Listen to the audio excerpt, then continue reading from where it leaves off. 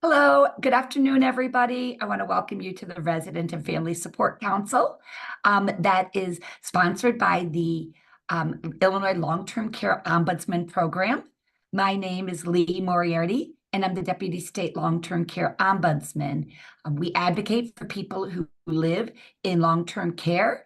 So remember who we are. If you ever need any assistance with any of your loved one or for yourself, if you live in long-term care, please make sure that you give us a call. We'll be putting that information into the chat, how you can contact us. And also always remember, it's very, very easy to reach us by going to our website, which is on the Department of Aging's website. So you can even just Google the Illinois Department on Aging, and you'll see it there. And then under programs, you'll see the Long-Term Care Ombudsman Program, and all the information about the program is listed there. I also want to thank the Illinois Pioneer Coalition for giving us letting us use their Zoom account.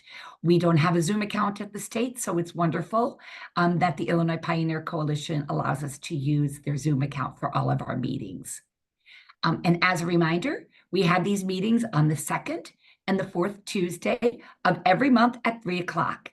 And as I always remind everybody, the link that you use to get into today's meeting is a link that you could use for all of our meetings. So keep this link handy. You don't have to keep fishing for it and looking around for it all the time. Save it for yourself so that it's nice and easy to be able to get to these meetings. Because as we all know, we really do get some really fantastic speakers, people to come and talk with us and share some really good insights about navigating this long-term care path. And in order to make sure that everybody can get this information, because we know everybody can't make all of these meetings, we record them and we put them all onto our YouTube account as well, which that information is also going to be getting dropped into the chat by my worker bees who work behind me and get all this information into the chat for us. So be looking into that chat for resources. And as we speak today, they'll probably be dropping some more resources in there. That's what they love to do. So it's always really, really great to be able to access that chat, which you should be able to see it at the bottom of your screen. It's a couple of bubbles, or sometimes it's at the top of your screen. It's a couple of bubbles that you can be able to click on and be able to get to any materials that we share throughout the course of the meeting. So with all that being said, I'm really excited about today's conversation. We've got Angela Simmons, who actually works with the Illinois Veterans Homes. And she was a former administrator for the home down in Marion. And not Marion, Angie, you're going to have to help me. Where was that? Anna. There we go. Anna. Coming from Chicago, anything, past Springfield is very south. In Anna, Illinois, and she's going to share with us information about the nursing homes and some other things. If you know any veterans in Illinois, that might be very, very useful information for them. Angie also, she is on the Illinois Pioneer Coalition board with me. So she is a person who really does believe strongly in person-directed living, and she has been a phenomenal advocate for all those veterans as well as other people that live in long-term care in Illinois. So Angie, I don't know if you wanna, Angie's at a conference right now, and so she took time away from the conference to be able to join us, which is fantastic. We really appreciate that. So Angie, I don't know, I lost your I lost you on the screen. Well, I was worried about my internet connection, so I want to keep my video off. I will be sharing my screen with my slides. So good afternoon, and thank you guys so much for having me and let me talk about my favorite subject, which is veterans and the Illinois Department of Veterans Affairs and the 5 veterans homes. I have a PowerPoint presentation that I'm going to see if it will let me share my screen. It should allow you to do that, no problem. There we go. And can you see that then? Yes, we can, Angie. We got it. All right, good deal. I'm gonna see what if I start from the beginning of the slideshow, if that will work. There we go. We Okay. got it. All right, so good afternoon again. I'm Angie Simmons, and I work for the Illinois Department of Veterans Affairs. I've been with the agency for about 11 years. Oh, see, that's why I don't like doing that. I'm going to stop this if you don't mind, Yeah, it's because I okay. don't like that auto thing. Oh, So, yeah, auto yeah. doing it. So I've been working for the agency for about 11 years, going on 12 years now. I started out as Lee said, as the administrator at the Illinois Veterans Home in Anna, Illinois, which is the smallest home and is the furthest south. I have been in long-term care for probably about 25 years now. Started out as a CNA. Graduated nursing school and decided I was going to kill somebody as a nurse. So I wanted to start out as a CNA first and get my feet wet. And so I worked as CNA, and it was a hardest job I've ever had in my life, and I lasted about 6 weeks. So I can empathize with that. That industry they're the hardest working people. They're really the meat and potatoes of any of the homes. Yes, So shout out to all those nurses' aides. absolutely, 100%. So then I went into nursing and then went into long-term care and been working. Lee's been a colleague of mine for probably, gosh, I don't know, a decade, over a decade at least. Yes. Hey, tonight. If you can make sure that everybody is muted, Tell somebody. that would be helpful. Are hearing somebody Which one? talking Which right computer? now. Yeah, it seems like No, the Miss one Crawford wants. is who that is. Oh, Can you mute okay. her, maybe, Lee? Yeah, I With a don't have the laptop, ability to they'll mute, set which it up I'm surprised at. Sometimes that's Usually where it seems like I sometimes can, they but put it's it not on. allowing me to mute people. Yes. We do have, I think since Um, yours is an Apple, isn't it? oh, excuse me. Yeah, I bet that. We hear Okay. somebody talking right now. That's what I've got both, so we're okay. I think that's good, yeah. So Because Chris Gillette is the one that'll set it up. He's the brains of. Hello? Can we make sure that you guys, Chris mute works for Jerry. yourselves? He's their tech guy, so I wish he's, I could do this. I just asked for him. Not 'cause he said allowing me to he mute goes, all. I can help. Hey, Claire. Saying I can help. It's like. Claire? Exactly what I know how to do. Right. See you then. If everybody could please make sure that they're muted, because we just heard an entire conversation. So we want to make sure that everybody is muted, and I do not have the ability to mute everybody. So if everybody could please make sure they're muted, that would be fantastic. Thank you. Okay, Angie, sorry. Okay, well, moving right along. So the mission statement of the Illinois Department of Veterans Affairs is to empower veterans and their families to thrive. We do this by assisting them in navigating the system of federal, state, and local resources and benefits, by providing long-term health care for eligible veterans in our veterans homes, and by partnering with other agencies and nonprofits to help veterans address education, mental health, housing, employment, and other challenges. Who we are. The 1,200 member team across the state help veterans obtain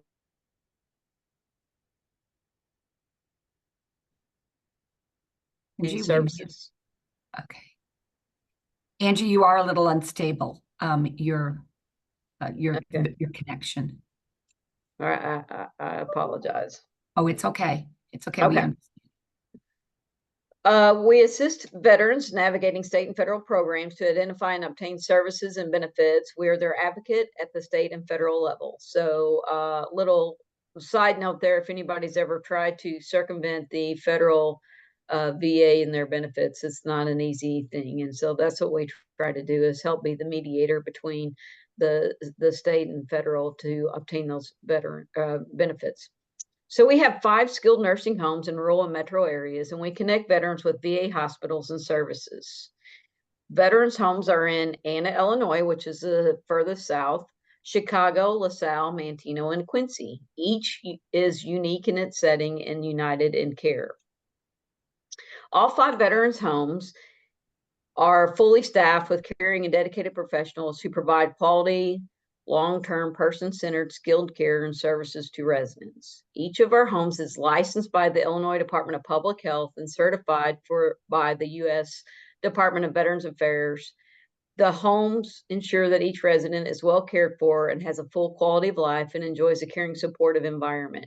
So the reason why this is important is because people often get us confused with the federal VA, and they also they get us confused with other CMS facilities. We are not a CMS facility. CMS is certified, or Center for Medicare and Medicaid Services. So we're not a CMS facility.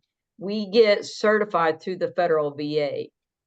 Which is a little bit different. We could go through the same survey process. So we go through a state licensure process, and then we go through a federal survey process every year. So Angie, does that mean then that if there was a complaint to be made, do they call the veterans jurisdiction, or do they call the Illinois Department of Public Health? Usually the Illinois Department of Public Health first. Okay. And so they do, it's kind of the same process as any other home in the state, whereas if you have a complaint, you call them and they come in and they investigate. The federal VA doesn't come in on complaints. If they get one, then they'll bring it to our attention, and then we will have to. How are you doing? I need to And get that's the- Miss Crawford again. Oh, up, yeah, in that drawer. Yeah. Ms. Crawford? Ms. Crawford? You know, it is. Some of the banks now don't make you bring them. They don't issue like. Ms. Crawford? Does. They do. Ms. Crawford, if you could please make sure you're muted, that would be helpful. Thank you. Okay. So just to reiterate that then, Angie, so the difference between an Illinois veterans home and a nursing home that you may find besides those 5 locations in the state that you would find in your own local community is that the federal government that oversees that entity is Centers for Medicare and Medicaid Services. And for the veterans homes, it's actually by the U.S. Department of Veterans Affairs. That's correct. That's Okay. correct. That makes perfect sense. Yes. So we get our licensure just like any other nursing home throughout the state. So we go through the Illinois Department of Public Health, and they come in and do a licensure survey, and we have a separate set of code. So we fall under the regulation of the 340 code, and other nursing homes fall under the regulation of the 300 code. There's really not a lot of difference between the two codes, other than the federal VA has its own set of codes that we have to abide by as well, which are usually a lot stricter than the IDPH ones.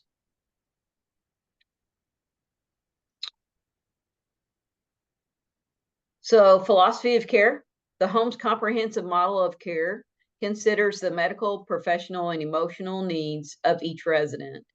The veterans' needs are evolving, and we are poised to provide the care that they need in a compassionate, caring environment.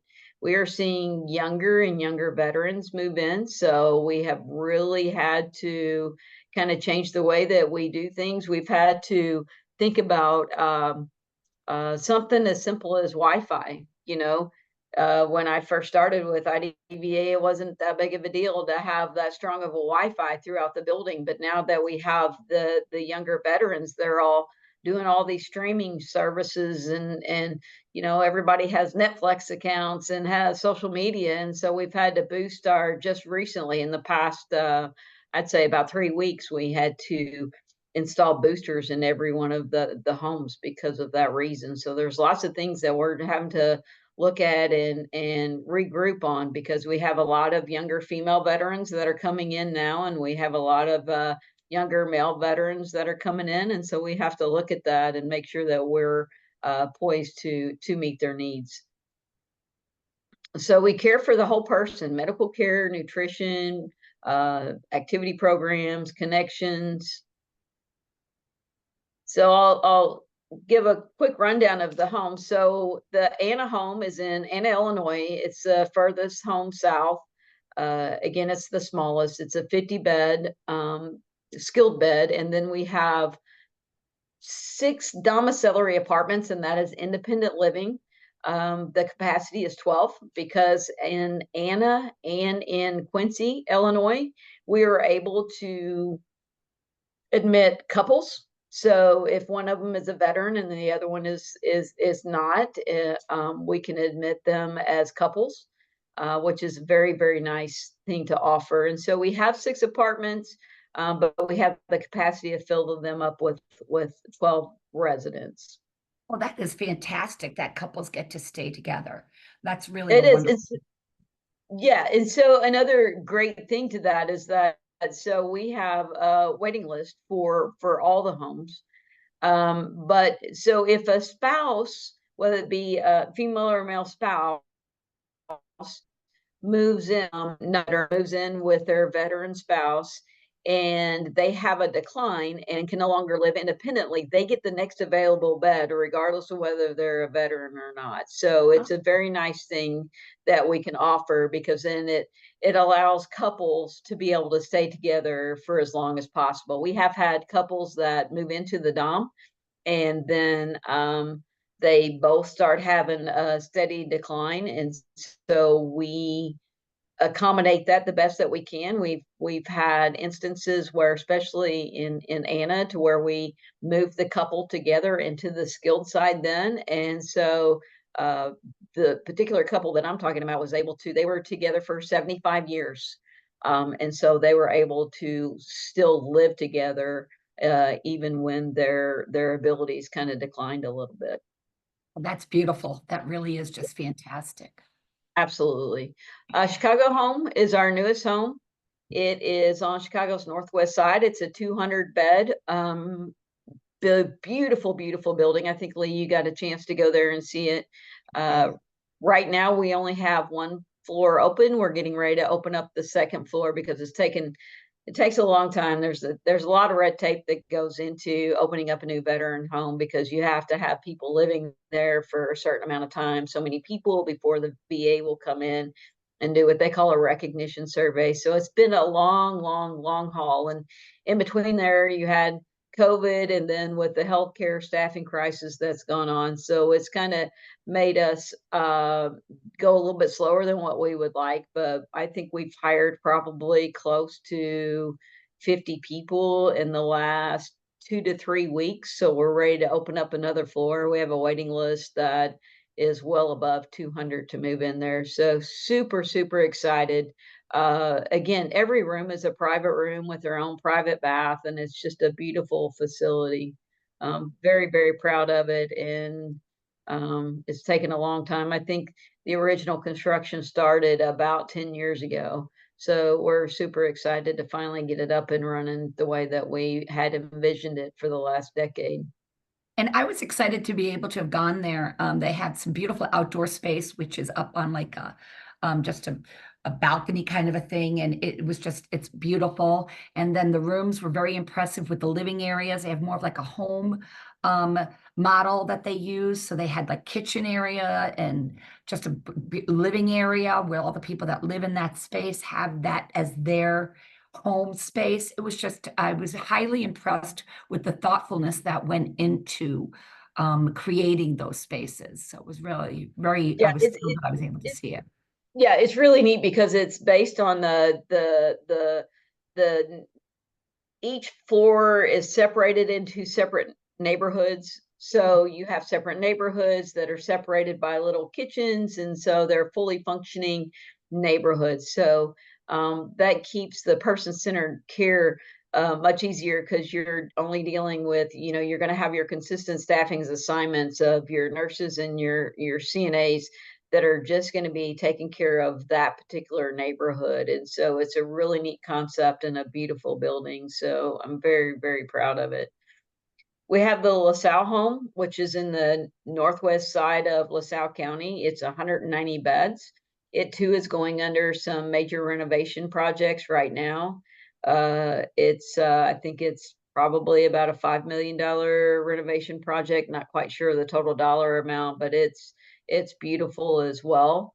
And we will be, like, one wing of it so far, we're making into private rooms. So eventually all of our homes will be all private rooms is the goal. It's going to take us a long time to get there, but that's the goal. The Mantino home is our second largest and our second oldest. It's 200 acres with 300 skilled bed in different buildings. They're all connected by a system though, but It's very, very beautiful there. They have beautiful grounds and do fantastic work there as well. The Quincy home is our oldest. It was established in 1886. It sits on 200 acres for 386 skilled nursing residents and 88 domiciliary. So their domiciliary building is separate from their skilled. I will say that this picture is not the best picture, but we're very excited to have a, I don't know, $400 million project that we're getting ready to open up two new buildings. One is going to be a new skilled care building, which is going to be all new private rooms. And the other one is all new domiciliary. And the domiciliaries have their own little patios outside with big picture windows. And it is just absolutely beautiful. Again, hoping that we're going to start moving in January. The domiciliary, we're hoping to maybe even this fall, as early as this fall, to start moving into that. So it is absolutely gorgeous and beautiful. And Quincy campus, they have their own cemetery there. They have a all wars museum there. They even have a bison and antelope and deer on grounds, and they have a pond. It's fully stocked pond. They have a little restaurant on grounds, and so they have their own church on grounds and a library. So it's an amazing thing to see. It's like its own little city right there in Quincy, and again, we will be offering all private rooms too. That's wonderful. I mean, and just as a reminder, the domiciliary is independent living, you said. That's correct. That's Okay. correct. Perfect. Now we do offer for both domiciliaries in Anna and in Quincy, we do offer some nursing services. So they have nurse call system there in Quincy to where they actually have a nurse that works in the building during the day. So there's always going to be a nurse around for any issues that come up. And in Anna, the building is all connected. So there is still the ability to have 24/7 nursing services. Like in Anna, the call light system is all connected. So if they get in trouble back in their apartment, they just press call light and they can have a nurse or a CNA within a matter of seconds. And you can have your own car. You come and go as you please. And you can eat our meals if you want or do your own meals. It's up to you. So it's really the best of both worlds. So it's a very, very nice program. So now here's my favorite part to talk about, and it's eligibility cost and application process. Whoever said that they're excited to talk about cost, well, IDVA does. So eligibility. Any honorably discharged veteran is entitled to admission if he or she has served in the U.S. Armed Forces at least one day during a period recognized by USDVA as a war period, or served in a hostile fire environment and was awarded a campaign medal, or entered the service as a resident of Illinois or has been a resident of Illinois for 1 year immediately preceding the date of application for admission. That's what trips a lot of people up, because it could be somebody that lived in Illinois all their life, but they decided to retire to Florida, but now they're in Florida and they need long-term care. They have to, unless they entered into the service when they were in Illinois, they're not eligible until they move back to Illinois for a year. These eligibility requirements are federal VA requirements and not the state of Illinois. So there's no budge on that. It's not that we came up with these rules and we have to abide by what they tell us, because we are funded partially through the federal VA. And then we have a small fee, rental fee that we charge, but the federal VA gives us a stipend as well. So with their stipend comes with the rules, and so we have to follow their rules. A widow or a widower of an honorably discharged veteran who was a resident of the state of Illinois for a continuous period of 1 year immediately before making the application, who has no adequate means of support and is unable to earn a living, is entitled to admission to the Illinois Veterans Home at Anna and Quincy. Those are the spouses. should a vacant bed exist. Admission to the Illinois Veterans Home is based on the ability of the home to provide adequate and appropriate care and services and an available bed in the category required by the veteran's medical conditions and assessed needs. So what happens is that we have different waiting lists. And if you are a combat veteran, doesn't mean that you had to serve in combat, but your time of service happened during wartime era. That's what the first paragraph is talking about. At least one day during a period recognized by USDVA as a war period, which would be, your Korean War, Vietnam War, Gulf War. All you have to do is serve one day during that time, and you're considered a combat veteran. So that goes on one waiting list. If you're a peacetime veteran, because you don't fall into that category, that goes on a different waiting list. And then if you're a spouse, widow or a widower, then that goes on a different waiting list. So we have 3 different waiting lists. You can never admit a peacetime or a non-veteran ahead of any veteran that has wartime service. So those lists are all carefully, we have to watch those lists very carefully, because something, again, that the federal VA watches very closely as well. I worked for the VA hospital, my first job out of college. And if you were a veteran, you got the job over any non-veterans. So there were people that were on the list ahead of me when I applied. And so it took me a couple of years to get that job, because they were hired and either switched to a different position or they didn't stay with the job. And that's how I finally was hired. So it's pretty similar to like their hiring process. Veterans get priority, Yes. which makes sense. It Yes. makes a lot of sense. So cost, here's my favorite part. What is the cost to stay at the homes? Residents who have monthly income will pay a monthly maintenance charge towards the total cost of their care. The inability to contribute to the cost of care does not prevent admission to the home.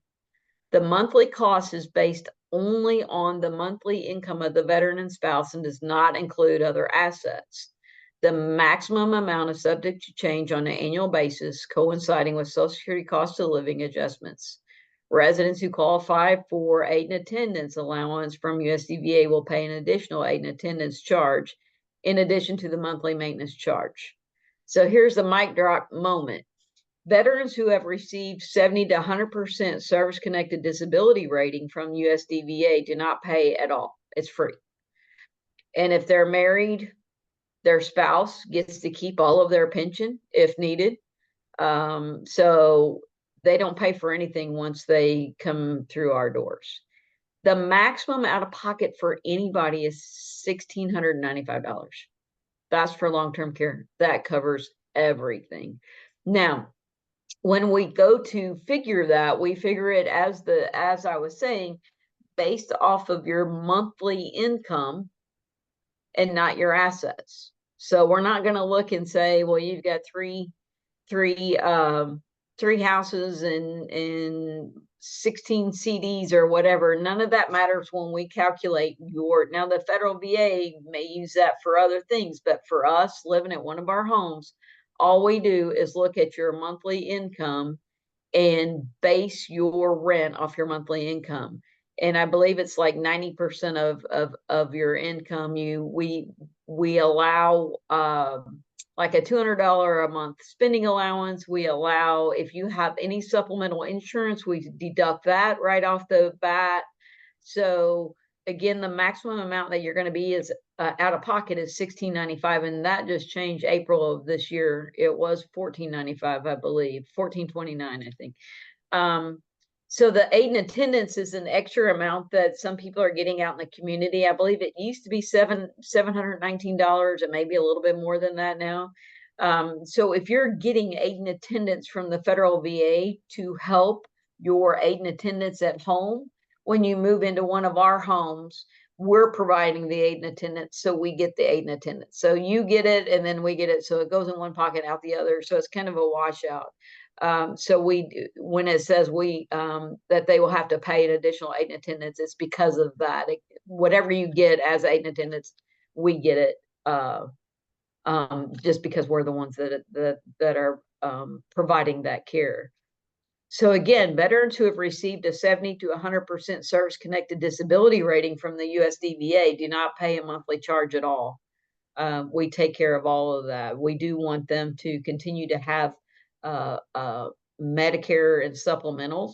So they may have to be paying for their Medicare or supplementals, but that's just because if something would happen and they would have to go get medical care outside the state or federal VA, it could be catastrophic for them. And so we still want people to make sure that they keep that Medicare and or Medicaid if they have it. But it's a wonderful thing to be able to say that veterans who have a 70 to 100% service connected disability rating don't pay anything. We pay for all medications. We pay for all skilled therapies. We pay for all doctor's appointments. We pay for everything. Wow, that is absolutely fantastic. I mean, what a great honor for veterans in Illinois. Really fantastic. Absolutely. Absolutely. So the application process is the same for all 5 homes. You can print out an application from our website or call any of the 5 homes for assistance. Once we received a completed application, including the required documents, which the most important document is the DD-214, we date stamp it, and then each home's application review committee approves or denies the application. The applicant is then either called for admission or placed on the appropriate waiting list.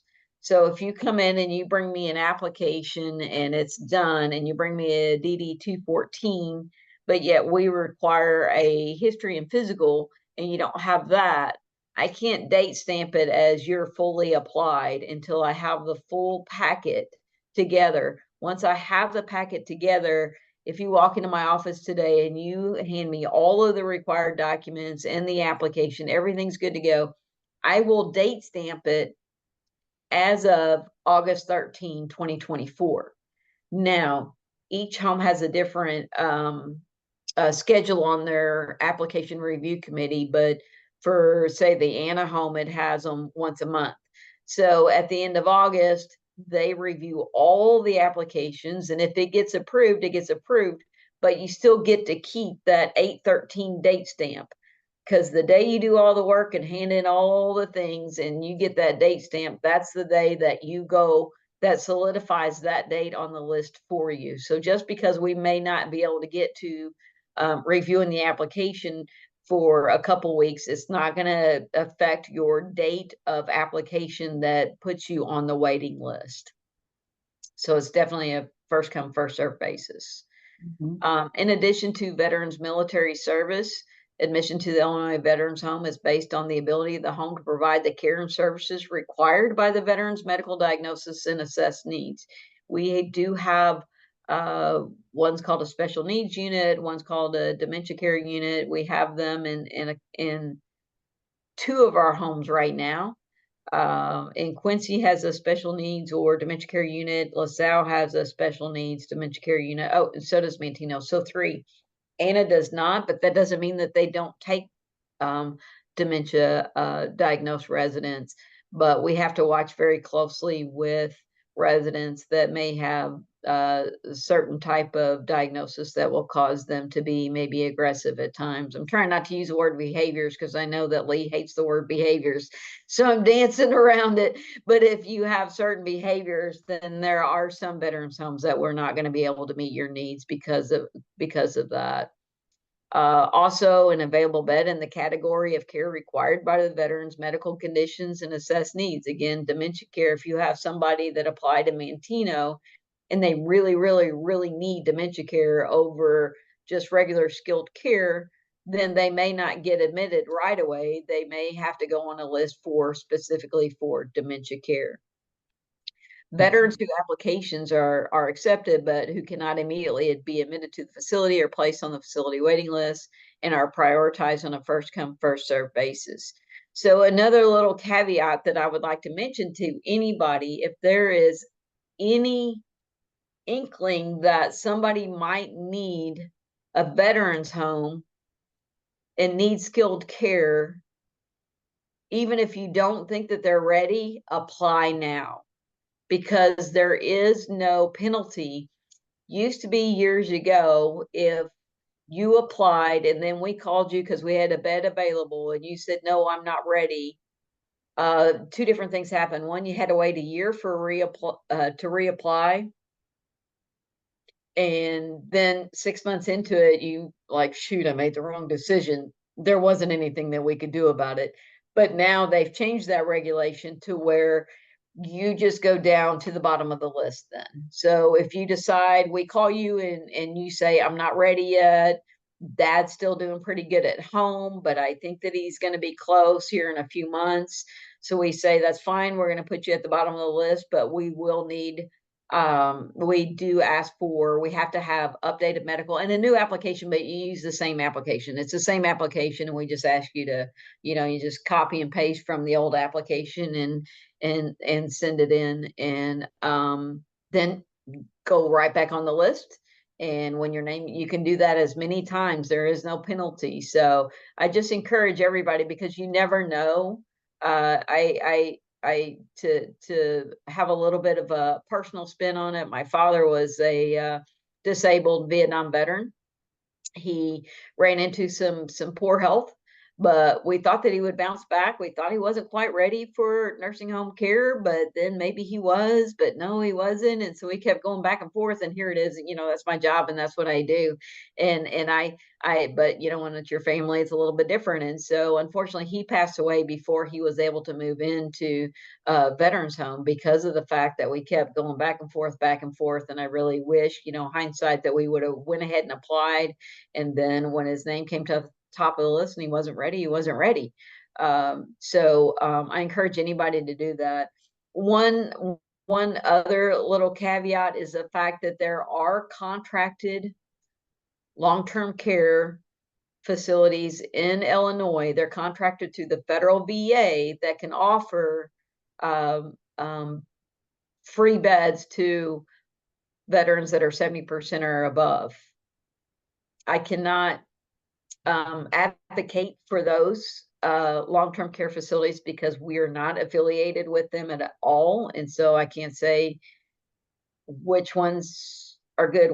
I can't even give a list, but that is something that if anybody is getting to a point where that's something that they're interested in, then I would suggest that they call their local VA hospital to find out if they have any contracted nursing homes in their area.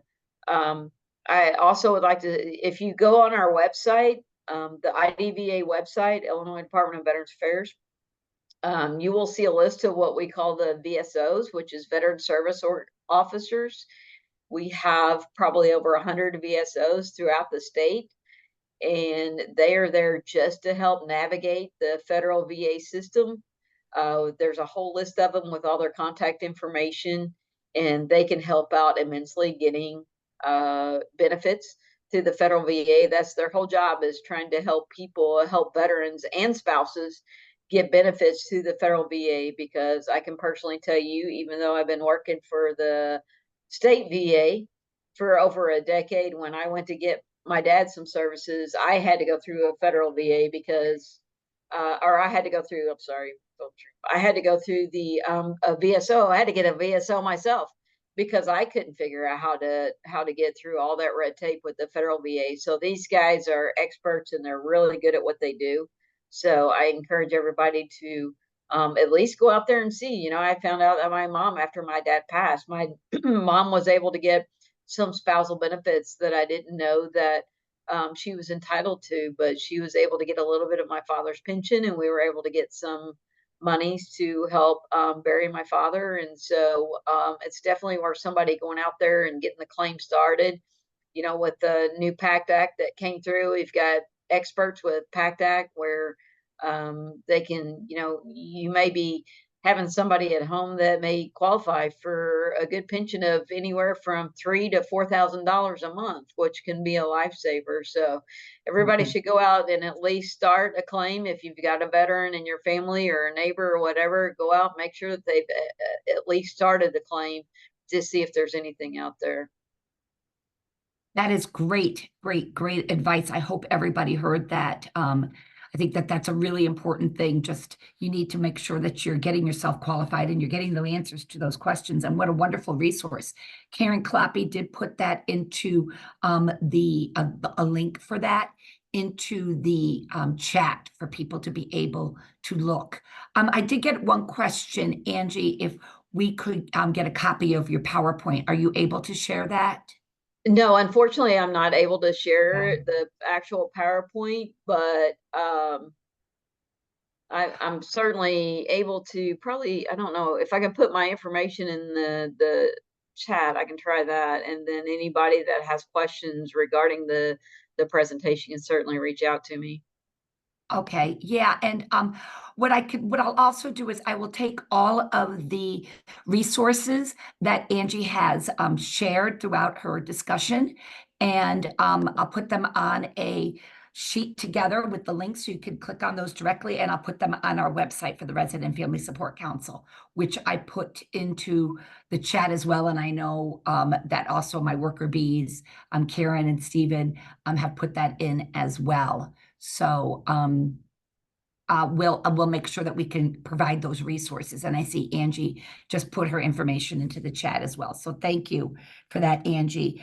And I also thought that's a very good idea, what you mentioned about calling the local VA hospital about those nursing homes that may have veteran beds. So, you know, the way that works is the nursing home that is right around the corner from you may actually have some beds that are, you know, that they have that are veteran beds. They've been certified by the VA hospital to be able to have those beds for veterans. So that might be something that could be really important for you to be aware of. And it's better to know it sooner than later to be able to have that information.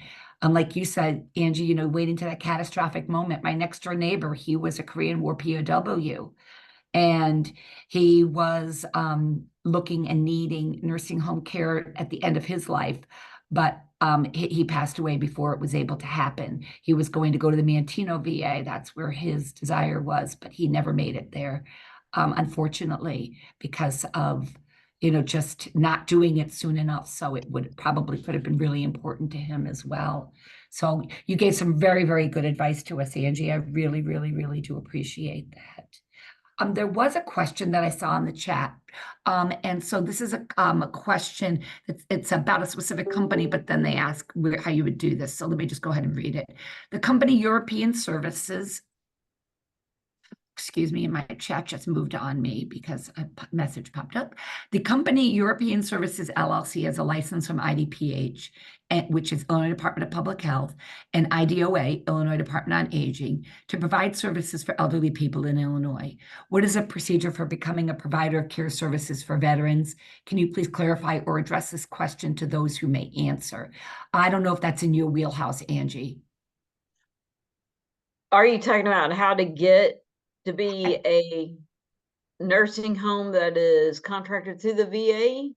I think they want to know how they would be able to become a care provider, a caregiver for veterans through the VA system. Yeah. And Natalia, if you would like to, if I'm not saying that properly, please unmute. And you can ask the question yourself. Yes, hey, good afternoon. Thank you very much for putting my question up. Yes, you're absolutely right. My question was because our company is providing caregiver services for the elderly people, and we have a huge experience, a lot of people who are ready to work. So how become a provider for the veterans? That was my question. That was, yeah, unfortunately, I don't have a lot of insight to that because that's through the federal VA. So I apologize again. I don't have the answer to that. So Natalia, you probably have to reach out to the federal VA, and maybe those service workers that Angie mentioned earlier, they might be able to point you in some direction for that. Okay. I also was wondering, Angie, if somebody is in a nursing home, let's say, and they aren't even in a bed for you know, a veterans, they don't have a home near them that have any beds that they're certified by the VA to be able to go into a nursing home that has veteran beds, and you know, they want to be near their family. Is it a difficult process if they were on the waiting list and then they get called to be able to go to the VA? Is it difficult to do that transfer? Or is that just an easy thing that can happen? And will the two buildings work together to have that happen? Yeah, that's very, very easy. And a lot of times we prefer that over somebody coming from home just because of the transition's already been done, so we do that a lot. We like it because then we have all the medical records that we need. And we've never seen, even though the long-term care industry can be quite competitive at times with the old saying, heads in beds, so your census and you got to worry about that. But we've never seen anybody, because we're all in it to make sure that we're providing the best care and best services and benefits. And so also, I would encourage, when I was saying earlier about contacting a VSO, when you talk about somebody that may be in a long-term care facility or community and they want to stay there, they may be eligible for that aid and attendance that they can get, that they could help offset some of the cost of the long-term care that they're in, the whatever community they're in. So if they qualify for aid and attendance, or even a larger pension through the federal VA, then it can help offset those costs. So it's very, very important to just get a claim started. For anybody that's a veteran, they need to get that claim started as soon as possible. So I'm hearing you, if you're a veteran, you need to just find out if you have anything available for yourself. 100%. 100%. Yes. Yes. Even if you're walking around feeling fine, you need to go ahead and make sure that you're registered in the system for to be prepared at some point when you're not. And there are some, there's license plates benefits, there are hunting license benefits and fishing license benefits. So everybody that is a veteran needs to at least go in and get registered as a veteran to start a claim if needed. My husband's cousin's wife, so that's kind of a husband's cousin's wife, that we're very close with. Her father was a veteran, and their goal was really to try to keep him at home. And the VA was so supportive of that. He was able to get home care services for probably at least the last 5 years of his life. And it was absolutely amazing. It was so peaceful for the family to be able to know that they were receiving that care. The individual that was his caregiver was at the wake and the funeral, sat with the family, spoke at the funeral. So it just really was a wonderful thing that they were able to also see. So just from having this conversation today that Angie is sharing with us, I hope you're walking away with this message that veterans have resources out there. And if you know somebody, if your neighbor is a veteran, if you're talking with somebody and you're professionally in the aging network, and one of your questions should always standardly be, are you a veteran? If you are, let's see if we can get you that assistance to apply for benefits. You never know what you may have coming to you. You served your time. You deserve to get these benefits. So I think I would like to, if I could interrupt, because I saw somebody sent me a question. The question is a combat era veteran able to access non-residential medical benefits in Illinois, whether or not they've been living? Yes, the answer is yes to that. The 1-year resident required to access, that's only for accessing the state veterans' homes. So if you have somebody that moved from Florida and moved into Illinois and they're looking to get, trying to see if they can get a pension or any other benefits through the federal VA, they can go to any federal VA anywhere in the United States. A veteran is a veteran is a veteran when it comes to the federal VA. It's only to get state benefits do they have to be a resident of Illinois. So thank you for that question. Great question. Yeah. And my stepfather lived in Illinois and moved to Florida, did the opposite of the scenario you gave, Angie. And he utilized the VA services in Florida. That was the hospital that he frequented the most. He really liked that hospital as well, the care that he received at that hospital. I don't know if anybody else has any questions. You can please feel free to type those into the chat, or if you wanted to unmute yourself and ask that question, please do not hesitate in doing that. Angie, I also did want to know now, because of the regulatory environment for VA homes, Illinois VA homes, they don't follow those Centers for Medicare and Medicaid regulations. Now, they do have, I believe, so this is my question to you, do they have other regulations that a nursing home that is not a VA nursing home would have? So do they have a set of regulations that they use? The federal VA, yes, they have CFR codes, and so any veteran home, whether to be a state-run veteran home for well, whatever state it may be, has the CFR codes, and those are very, very, very hard regulations. So it's a whole separate, and so your life safety code and all of the federal regulations fall under the federal VA, and they're very tough, very tough.